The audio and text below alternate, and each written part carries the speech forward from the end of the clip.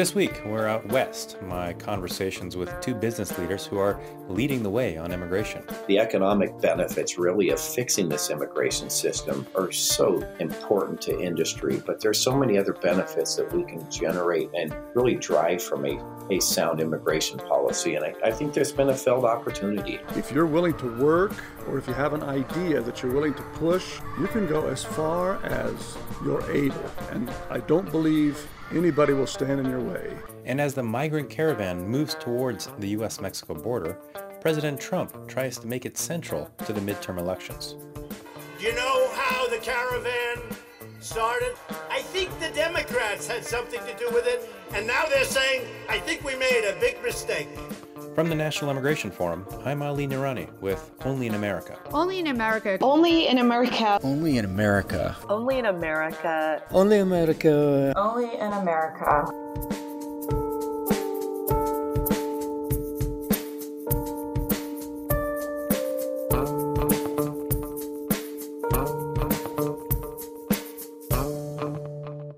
My guests this week are two business leaders from the western states who've both taken a lead in advocating for immigrants and immigration. They're both taking part in our upcoming convening in Washington, D.C., leading the way an American approach to immigration. In a few minutes, my chat with Pete Wiersma, who runs a dairy farm in Idaho and is president of the Idaho Dairymen's Association. But first, Jeff Wasden from Colorado, who's president of the Colorado Business Roundtable. I've had the opportunity to work with Jeff and the membership of the Roundtable for years. In his role, Jeff has been a key leader on trade, immigration, and education. He believes a pragmatic solution with bipartisan support for immigration reform is a leadership responsibility. I'm actually native Colorado, and it's been great to kind of resettle back in the state, a state that our family has such fond memories of, and to be in a position to be a part of the Colorado Business Roundtable, the affiliate of the National Roundtable, has just been an incredible honor, something that I cherish every day, and the opportunity to go out and support business and be a strong advocate for business growth here in the state of Colorado and the ecosystem that we're trying to create across industries and sectors, and understand that business has a voice and is represented under my tutelage and command here at the COBRT. And where were you before you got to the roundtable? What part of Colorado did you grow up in? Let me just be really specific with you. I'm a Littleton native, and actually owned a business in Littleton prior to this, and then taught school in Littleton. So I'm a true hometown person. Several years in education, that education arena, and then we ended up purchasing a family business that we were running for several years, and I started doing public policy. I was the de facto quasi-mayor of the largest homeowner association in the country in Highlands Ranch. It's got 100,000 residents in there, about 26,000 dwelling units. And so it really thrust you into the public policy arena. I started running policy for several chambers, ran the Colorado Business Leaders for Responsible Government, started running the Legislative Action Committee, and then was kind of found by the Business Roundtable and hired about 4.5 years ago to take over the helm here at COBRT. Interesting. And for you personally, what was your first kind of experience with the issue of immigration? I think early on at the chamber, starting really about the time that the Colorado Compact and what Colorado really focused on with the Colorado Compact, why that mattered with Senator Gardner or Senator Bennett and his real role in starting to talk about pragmatic, responsible solutions around immigration reform. And that was really the first foray into really this issue of immigration. How we really look at the federal role and the responsibility of government. How do we strengthen our economy, ensure that we've got great national security, that the family unit is cohesive, that we continue to support that law enforcement has effective enforcement tools. And so starting to kind of look at the compact that was really launched in 2012 was really my big first foray into this. And ever since then, I think that the Roundtable has been very involved in why this matters to the companies and businesses of the Roundtable and the economic impact that we see every day that responsible immigration reform would drive for business growth, for innovation, and certainly for the economic benefits federally as well. So give me a sense of kind of what does the economy of Colorado look like? Because, those of us who don't live in the state, we kind of assume that it's all Coors Light and skiing, but it's clearly a little more than that. Yeah, there's a little bit more to the Colorado ecosystem right now in the fabric of what really makes Colorado so great.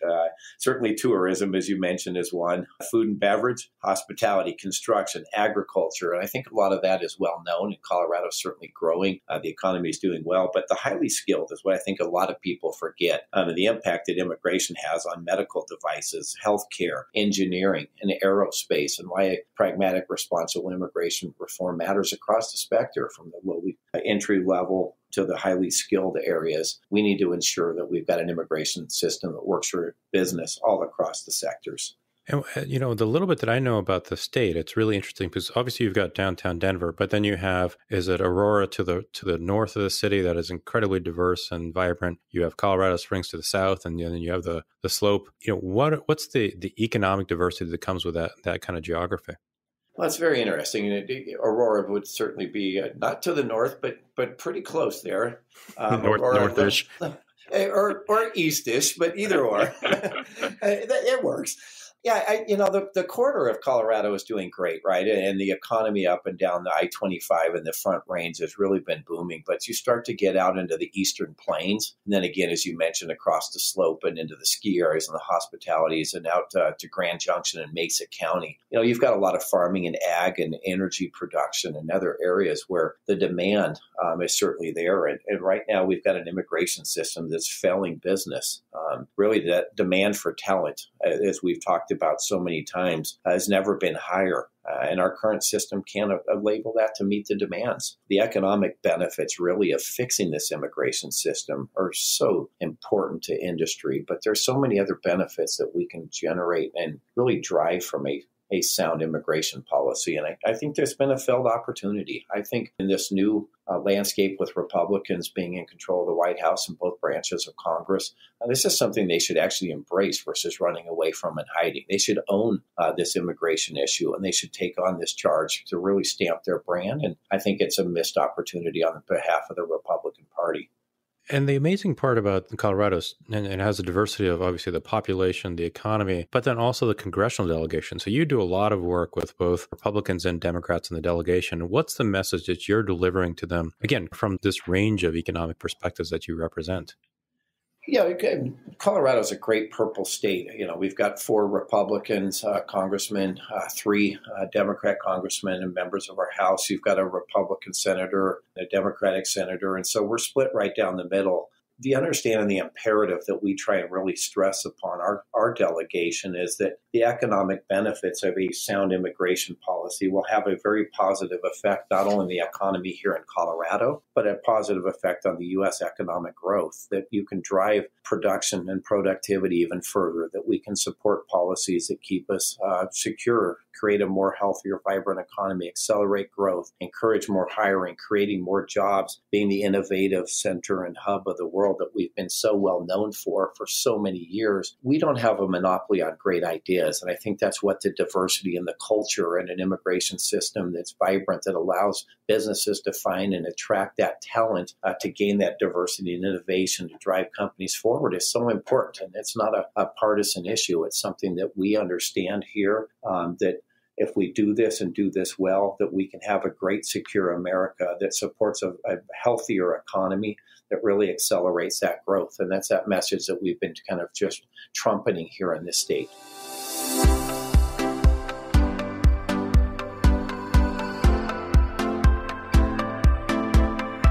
Jeff Wasden is president of the Colorado Business Roundtable. There's more about Jeff at our website, immigrationforum.org. And while you're there, why not subscribe to Only in America to get it in your inbox each and every week. Support for the National Immigration Forum comes from the James Irvine Foundation, expanding opportunity for the people of California, and from the Carnegie Corporation of New York, established in 1911 by Andrew Carnegie to promote the advancement and diffusion of knowledge and understanding.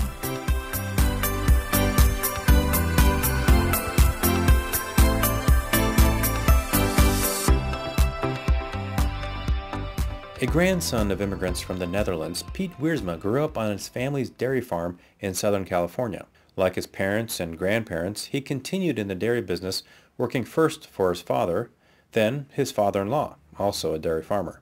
before moving to Idaho and becoming a partner in a dairy farm with his sister, Barbara. In addition to owning his own dairy farm, Pete currently serves as president of the Idaho Dairymen's Association. He's married to Annette, his wife and helper of 37 years, and together they've raised 5 children on the farm. Their son Michael is currently working on the dairy as a feeder, and Barbara's son-in-law Aaron is a herd manager. Truly a family farm, as I would say. Well, I grew up in Southern California. My parents had a dairy, so I grew up in the dairy business. My dad retired, so then I had the opportunity to work for other dairymen, got a good chance to see how other people operate their businesses. And then in 1991, my sister, through a series of events, who had a dairy in Idaho already, needed some help with hers, so she called me and asked if I would come up and help her run her dairy. And so that's how we ended up in Idaho. My wife and I decided it would be a neat move and a good adventure, so we moved up to Idaho in 1991. How did your family end up in the dairy business to begin with? It's a generational thing in our family. I found out a couple years ago that my family on my father's side has been in the dairy business since the 1600s in Holland, and we were able to visit the original farm, which was established back then. When my dad's parents came to America, they started into the dairy business in America, in Southern California, and so it's just kind of always been what we've done. What was it like visiting that farm? Well, it was really neat. It doesn't operate as a dairy anymore, although the dairy barn is still there. It's not the original one. The original one was built in the 1680s, I think. That one burned down in 1932, so they rebuilt the one that's there now. But yeah, it was really neat to just try to fathom your family being there, 300, 400 years ago. Yeah, it was really neat to know that my roots are that deep in the dairy business. The family and the family business has an immigrant story to it. Yeah, pretty much. We do it obviously 21st century style, but yeah, we've been in it for a long time. Right, and 300 or 400 years ago, doing what you do today. Yeah, my grandparents on both sides, my mom's parents and my father's parents, immigrated from the Netherlands to the United States. It's part of my history for sure. My dad is actually an immigrant, although he was just a baby when he came over. You're here in Idaho, helping your sister, and what have the last 20 years been like in the dairy business in Idaho? How has the business changed, but really how has the operation changed, and how has the community around you changed? When I came up, we had immigrant workers working for us when I came up here, so that's been the case all along. What has changed really quite a bit on that side of the business is that we used to have a lot of applicants, a dozen a week at times, looking for work. That over the years has slowed down to probably now, if I get one a month, that's exceptional. It's really slowed down because of the current, concerns about immigration and the attitudes of some of our government leaders and such, and other issues too. But that is really noticeable, that the pool of immigrant labor has really gotten very, very tight. And what does that mean for you kind of on a day-to-day basis, just in terms of the operation? To me, I've always felt that my employees are my friends as well, and I always tried to treat them as such. So I don't have long shifts. They work 8 hours a day maximum. I pay competitively, and like I said, I treat them as friends almost. We have very good relationships, so I don't lose many myself, but you don't want to lose any because you have a hard time replacing them. How long have some of your staff been with you? The longest right now, I had one that was over 20 years, but he retired. The longest right now, I believe, is 18 years. What does some of that look like? When somebody's been with you for 18, 20 years and you see their family? Well, they're like friends. I have an interest in their families, and they have an interest in mine because they've also seen my kids grow up. My son now is 23 years old and about 6'3" and about 210 pounds. And of course, when Javier started working for me, my son was about 6. And so he's seen my son grow up. Every time he sees me, he says, "Wow, big guy." So yeah, so we have a mutual interest in each other's lives. What does the industry look like these days in Idaho as related to the workforce issue that you're talking about? Most, I think, are short workers. That leads to longer hours for the ones that are there because they've got to cover. It makes things more stressful. And not that this is a bad thing, especially for the labor force, but you have to almost start, I don't want to say stealing employees, but you need to start trying to offer employees incentives to come work for you as opposed to your... And I don't think people realize this. Well, I don't think they probably do either, but it's critical that we have a labor force that is ready and able to work every day. If you skip Cows producing what they do, if you skip them for a day, you could well lose that cow. I mean, that's what happens because the pressure on the udder tells their body to stop producing. When you finally relieve that pressure, they don't bounce back very easily. So it's critical that the cows are milked every day, 2 or 3 times actually. And that plays out in the context of immigration policy. So, for example, the H-2A program for the agricultural sector, it's a seasonal visa. But, like you said, cows need to be milked every single day, around the year. So what do we need to do to help policymakers, much less the public, understand that, yes, dairy is part of agriculture, but it's also very different? It's year-round. There's no seasonal time off. So it's critical that we have a supply of workers that are available year-round. And it doesn't seem like that would be that difficult to figure out an ag program that has some workers available year-round. Because it's, like I said, it's critical for us. It's just unavoidable. And then when you look at the industry across the state, give me a sense of what's the scale of the dairy industry in Idaho. Well, dairy is the #1 ag product, and I don't have figures for you what the dollar value is, but Idaho is known for being the potato state, but milk and milk products are the top production item in agriculture. So people think that a lack of workers may not impact them, but it does impact them. I mean, agriculturally, or with food in the stores, or even outside of agriculture, hotel rooms, the service industry, we will feel it if we're short of workers.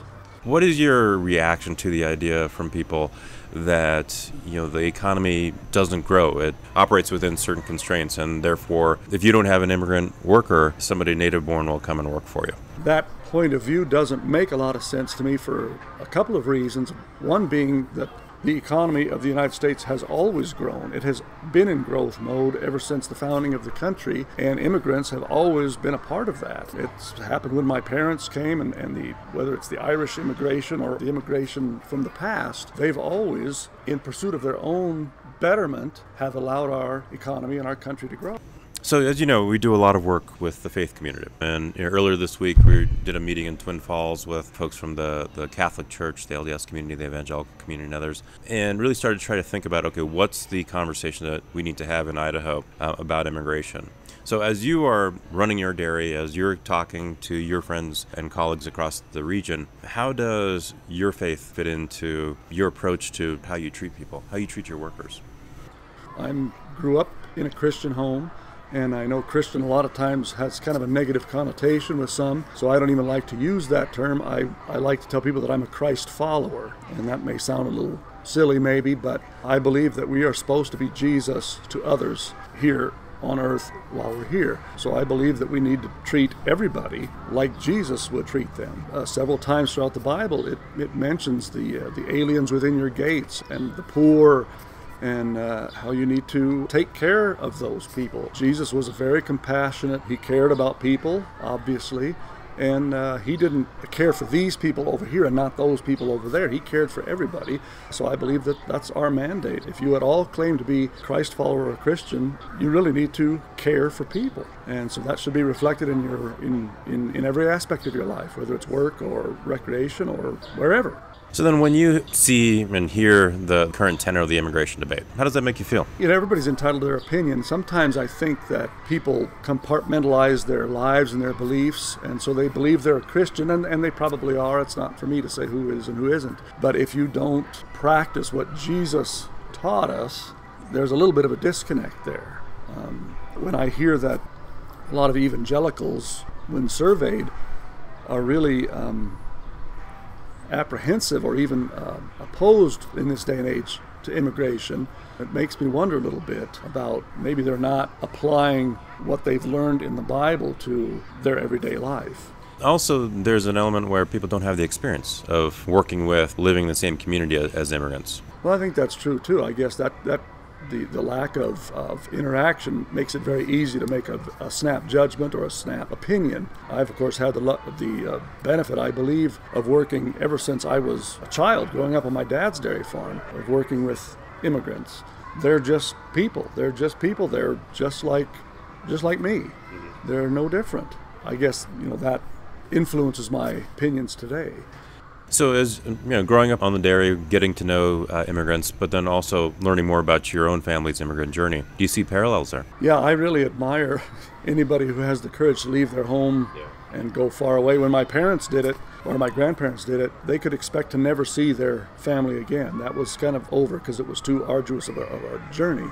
Now I think it's probably easier, but still, to move yourself and your family to a completely different place where you may not even know the language, you maybe don't have that much money in your pocket, and to try to start a new life, I admire that. I don't think I'd have the courage to do it. I believe just because of that thought process for those people, we are oftentimes getting the best, those who really want to do well on behalf of themselves and their families. So I think we're, in most cases, we're getting good people just because of that. So if you had to explain to a neighbor or someone in the community, what you learned from the immigrants that you've been working with since growing up on the dairy, what would you tell them? Well, I'd emphasize that they're just people, just like us. They just want to do the same things that we do. They want the same things for their families as we do. They're willing to start, I guess, at the bottom, if you will. The work that they do oftentimes is really difficult work. They've got to be willing to do the work, to stick with the work. But yeah, I would really emphasize that they're just people. There's nothing weird or strange or covert or shifty. They're just people. And multiply that thousands or even maybe a million times over across the United States. But that's what happens. So the name of the podcast is Only in America. So I ask everybody that I'm fortunate enough to talk to finish this sentence. Only in America, ... Well, it's been said many times before by many, but only in America you can come here, or even if you're already here, if you're willing to work, or if you have an idea that you're willing to push, you can go as far as you're able, put it that way, because every opportunity doesn't work out. But you can give it as good of a try as you possibly can, and I don't believe anybody will stand in your way. And I think that's, only in America. I haven't been all over the world, so I don't know about a lot of other countries. But I think only in America, your drive can carry you. There's always luck involved, but I think your own personal drive, which goes back to an immigrant's drive even to move their family to this country, if they've got that drive, they can accomplish potentially great things for themselves, not maybe globally, but for themselves and their family. I've asked that question now probably like 50 plus people, right? And nobody's ever given that answer. It really talked about. Maybe it's not a good answer. I don't know. No, but there's an element there where, in America, you can live up to your potential. Yeah, I believe so. There's always a little bit of luck involved and a little bit of opportunity that maybe comes along for some more than others. But I think as far as you want to go, as far as you want to push yourself, America, I like to think, will not get in the way. Thank you so much. Oh, you're welcome. Thank you for having me.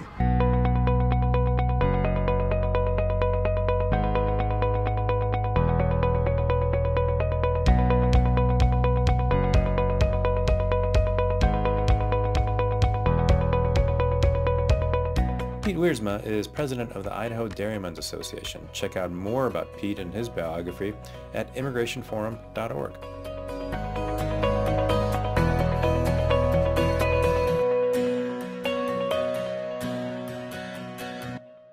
This is Only in America. I'm Ali Noorani.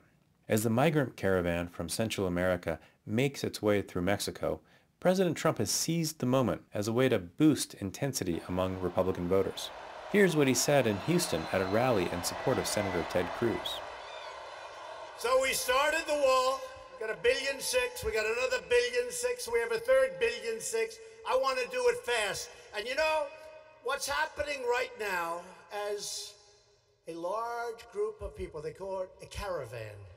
Do you know how the caravan started? I think the Democrats had something to do with it, and now they're saying, I think we made a big mistake. Because people are seeing how bad it is, how pathetic it is, how bad our laws are. They made a big mistake. So as the caravan, and look, that is an assault on our country. But an article in Bloomberg suggests there is scant evidence the same divisive issue which carried the president to victory in 2016 could do the same for his party next month. Many independents and moderate Republicans are opposed to the president's hardline immigration stance. They're aware not only of the political damage caused by his position, but by the social damage caused by the seizure of children at the border this summer, some of whom are still alone in detention centers. A voice of reason came on Fox News. Jonathan Wachtel, a former director of communications at the U.S. Mission to the United Nations, appealed for common sense on legal and moral grounds. We're a country of immigrants. We should know how to do this. We can get it right. We need to do it compassionately but intelligently. Back at ground level, NPR's John Burnett went 2 hours north of Dallas to Lamar County. He called it Crimson Trump Country, to visit Load Trail LLC, a trailer manufacturer hit by an immigration raid last August. Here's what the CEO, Kevin Hebert, told John. The manufacturing industry in Texas, any kind of steel fabrication, construction depends on immigrant labor, illegal immigrant labor. Especially now that they're cranking up on the enforcement, everybody hopes that there'll be some kind of a real immigration reform before what happens at Load Trail happens to them. Following our usual custom, at least as much as I can, let's try to end on a high note. Last week, there was a report that 24 people of Vietnamese descent are running for office in Orange County, California. And according to the LA Times, 13 of them share the same last name, Nguyen.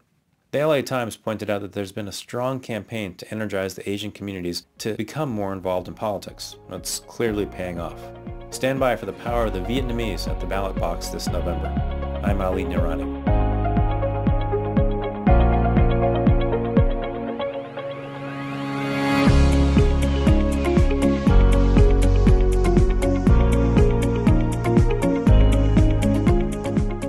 That's all for this week. Our producers are Regina Medina and Emily Chow. Kathleen Farrell is the executive producer, and with the support of all the staff at the National Immigration Forum. Thanks for listening, and see you next time.